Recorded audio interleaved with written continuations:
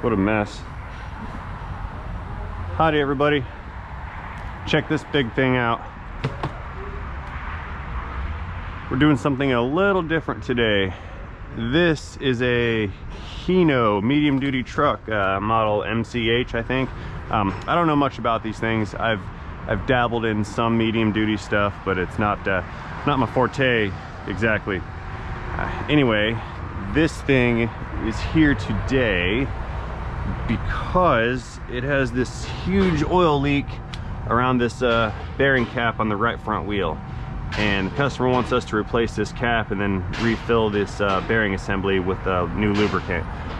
And they also gave me a radiator cap for the radiator. So let's hop in the hood and take a look in there, see what's going on with this cooling system. I don't plan on doing much work on this particular truck. Like I said, this is not exactly my skill set.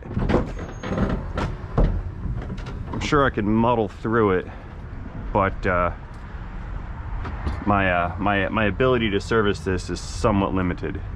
Like I said, I don't know much about these. Conceptually, I understand them, but the specifics on how these are engineered is not something I've really gotten into.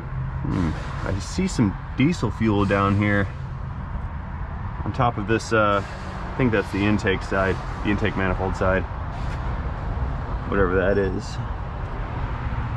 Well, either way, I see some fuel puddling up. It's probably leaking out of these injector fittings. There's the fuel injectors are underneath of the valve cover, and then there's this fitting right here in the side of the head, and I think that's some kind of adapter or extension. Some of you diesel guys are going to know much more about this than I am, but I have identified a fuel leak. I'll be sure to let them know about that. I don't know if I'm going to offer to service that, but they need to be aware of what I see right here. So anyway, here is the radiator cap that they want replaced. I don't know why. Let's climb up a little bit, get a better angle from my dangly. Let's pop this open. The coolant is not empty, that's good. Yeah, they want this cap replaced. So let's just do that right now. And I've already got new parts. They brought them over to us when they dropped off the truck. Okay.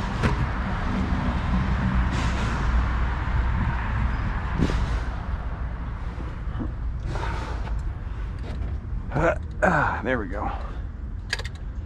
That is a little low. I'm gonna fetch some coolant and just top this off. Climbing back out again.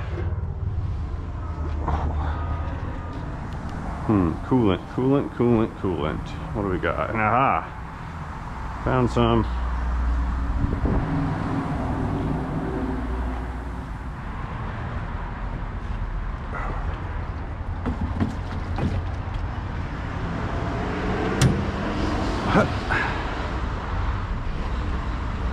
Starting off the day just right, pouring things.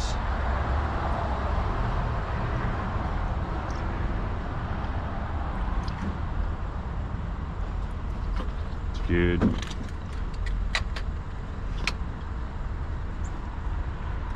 Click. Oh, that's full. That's very full.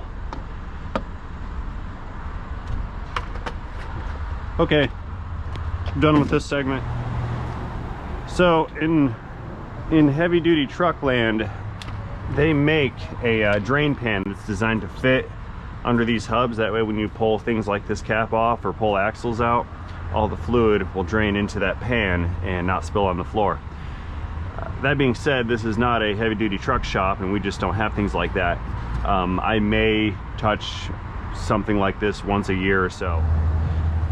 So I think what I'm going to do here, rather than spill all the oil onto the ground or buy the drain pan, is I'm going to try to suction the oil out of this with my Mighty Vac. And yeah, there is still plenty of it in there.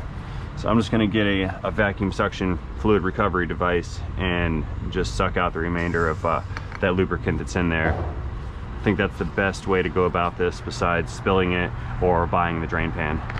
Need some air.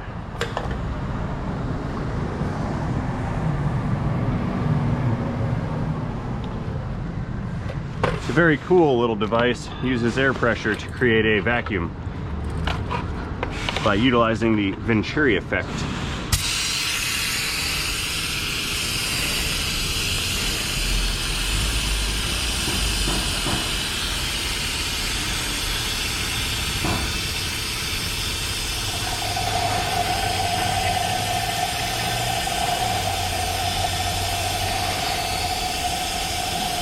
All right.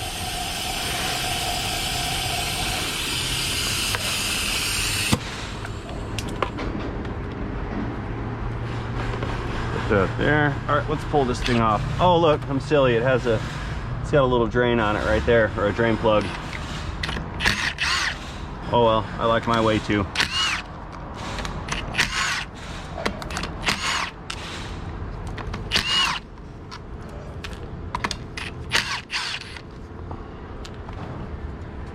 And I'm still spilling. Emergency fluid recovery.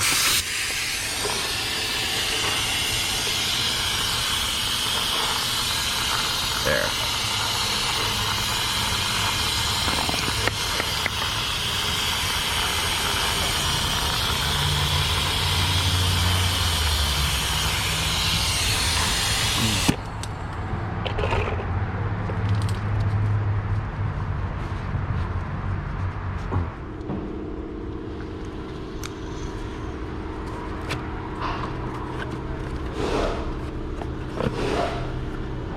Oh, good. They gave me a gasket.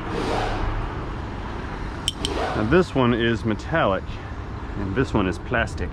I hope they are the same. Yes, the gasket lines up. Good, okay. And I think the old gasket is still stuck to this, and it is. All right. It's super scraper time. Okay, this gasket is pretty stuck on. I'm gonna try to peel away as much of it as possible, but I don't think it's going to come off of the hub very easily. Yeah, it's just gonna come apart. Oh well. Anyway, like I said, it's super scraper time. Basically, this thing is just an aluminum stick with a handle on it and a carbide tip, machined very flat and true. And it's supposed to take a bite into that gasket material and help me scrape it away. I don't know if that's gonna work. I don't really want to use a circular sander wheel because I want to keep debris out of these bearings. If I get gasket material in those bearings, it can cause damage later down the road. There we are, look at that. Now I'm getting it. Now it's coming off. Okay, time to turn this into a linear impact scraper with this.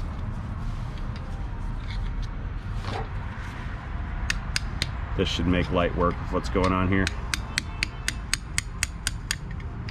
Oh yeah.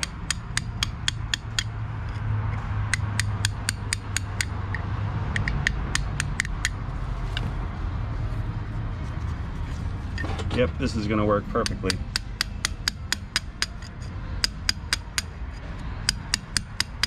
Normally I wouldn't use this tool like this. For example, if this was a piece of aluminum, I would run the risk of gouging the machined surface. But since this is hardened steel, and I'm not going at it like where the corners can dig into it, I don't believe I will cause any damage.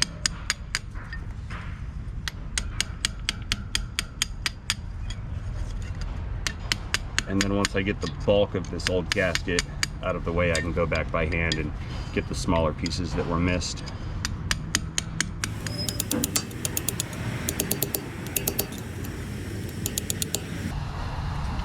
Man, this stinking gaskets on here. It just won't give it up.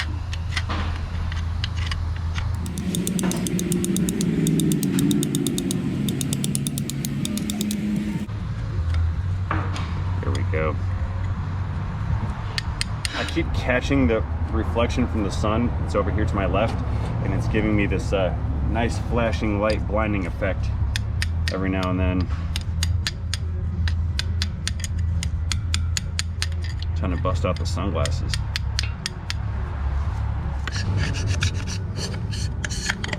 All right, all that crusty old gasket is gone. Beautiful.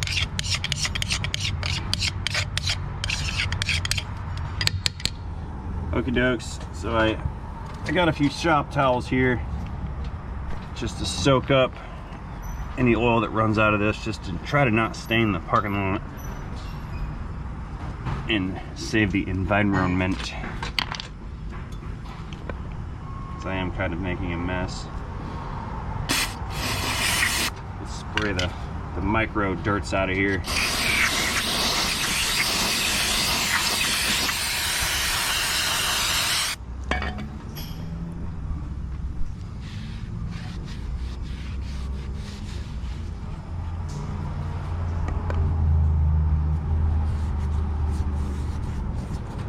Looking good.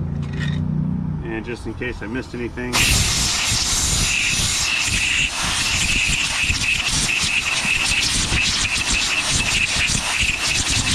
clean. All right, hard part's over. Let's get the new cap ready. Put the gasket. And this guy just bolts on. Easier said than done. There.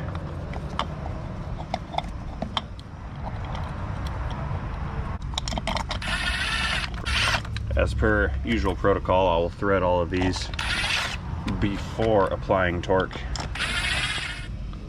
Click.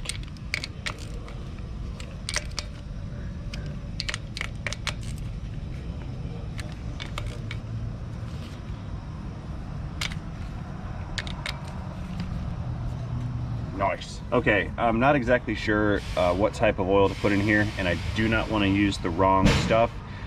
I don't have very reliable information because this is an automotive shop, not a medium heavy duty truck shop, but I do have a lifeline.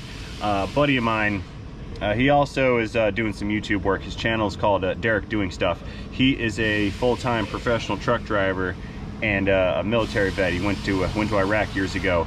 I'm gonna call Derek real quick because he knows what kind of oil is supposed to go inside of this thing. So let's give him a ring right now. Now, I didn't plan this call. I'm just kind of dropping it on him. Let's see if he answers. Hello? Yo, hey, did I wake you up? No. Oh, okay. Doing classes. What's up with you, man? Man, I need some truck advice, and I'm gonna put you on the internet, okay? Okay. Yeah, we're being recorded. Anyway, I'm doing a front hub on some Hino. It's like a medium duty truck, and we can't figure out what kind of oil goes in there. Do you know what kind? Okay, so yesterday I just got grease put in my truck, and I don't remember what kind it was, but it was sorry. You're all right. What kind of truck is it? It's a box truck? Yeah, it's a Hino single axle box truck.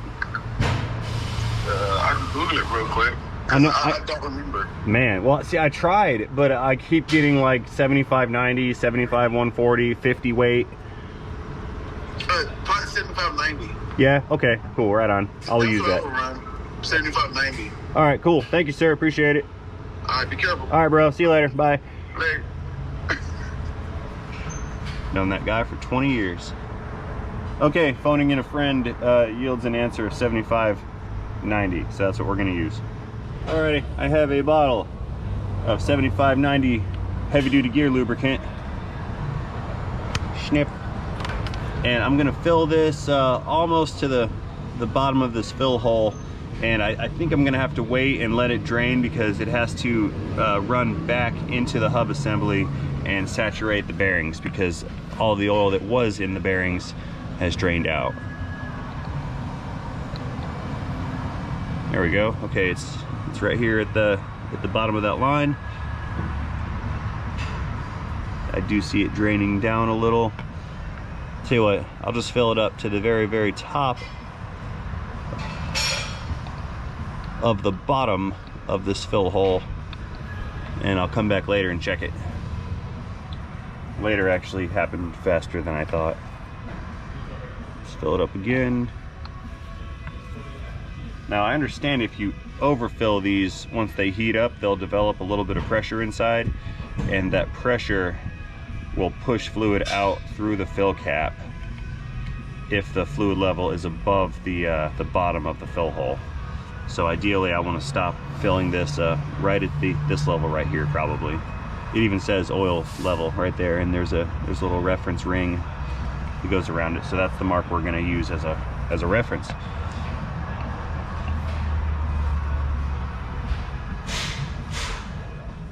So I've underestimated the capacity of this. I've put in about 60% of this pint bottle right here, quart bottle. It's a quart. I put in about 60% of that so far, and it's still taking it. It may be slowing down. Yeah, we'll give this a little bit more time and see if we have to add any more. Okay, the level seems to have stabilized. It's right here at the fill mark. It's been a few minutes and it's not draining down, so I'm just gonna give it a wee bit more, put it at the top of the fill mark, and plug it up.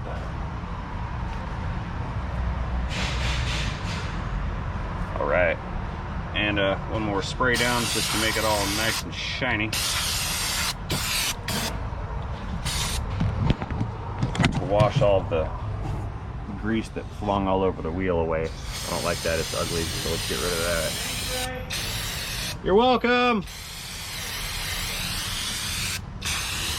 Ray's loaner tool program.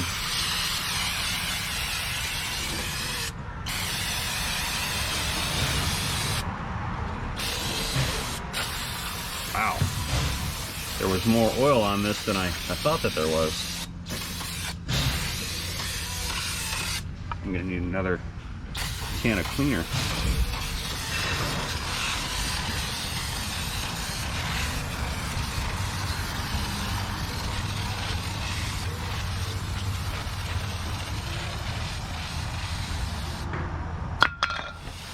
I want to get all this old lube out of here, that way it doesn't fling back onto the wheel again and create the illusion that this is leaking. We'll get all that nasty stuff out. Make it nice and shiny.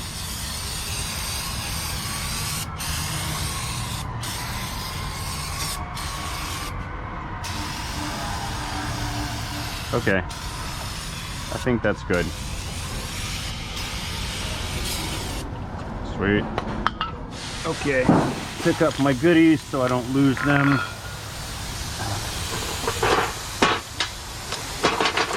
Put them down there for now. All right, now it's time for the part we've all been waiting for.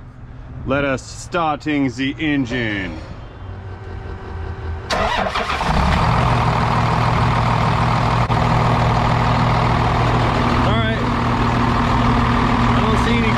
Here, I guess that's good.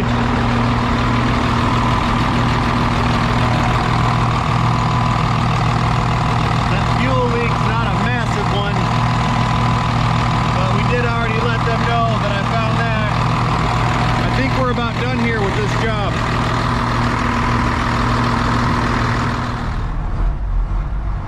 Okay, I'm going to idle this up a little bit and just let it build some heat. We'll let it come up to operating temperature, then I can recheck that cooling system just to make sure that there's no leaks, since I did in fact touch it. And that's gonna finish it up for this particular video. Before I go, I'd like to thank everybody here for watching this video. I hope you found it interesting and entertaining. If you did find it to be any of those two things, please let me know about that by tapping that thumbs up button.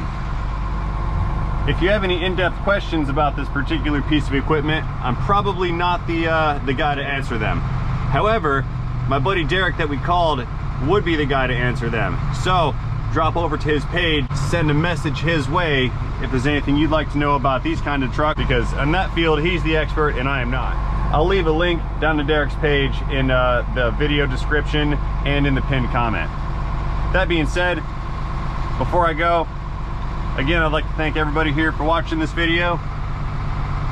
And also, most importantly, I have to remind myself to not forget to remind you guys to not forget to have yourselves a great day. So everybody, have a great day. See you guys later. All right, let's go check for leaks. I don't see any.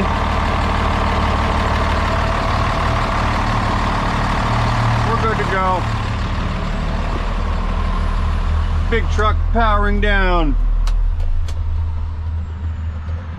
Pew. See you later, big straight truck.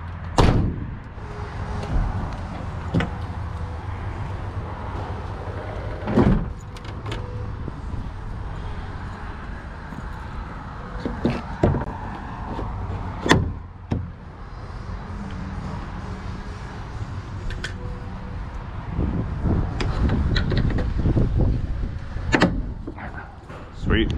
Okay, so I was wrong. I'm not done. I actually need to move this because I have a Lincoln Town Car limousine that I need to work on, and it does not fit into the shop. So I need to put the limo where this truck is, which means this truck needs to get out of this spot and move to the end of the parking lot way down yonder. So I'm not done yet. We're gonna go for a 500-foot test drive. Restarting the engine.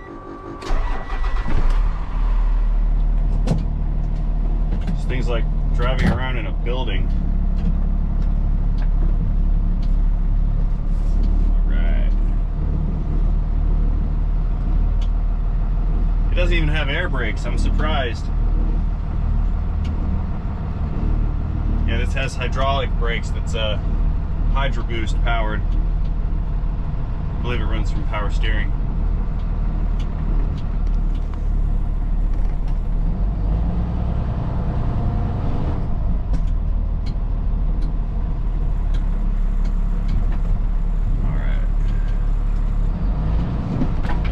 Stick it in 12 of these particular parking spaces over here. There we go.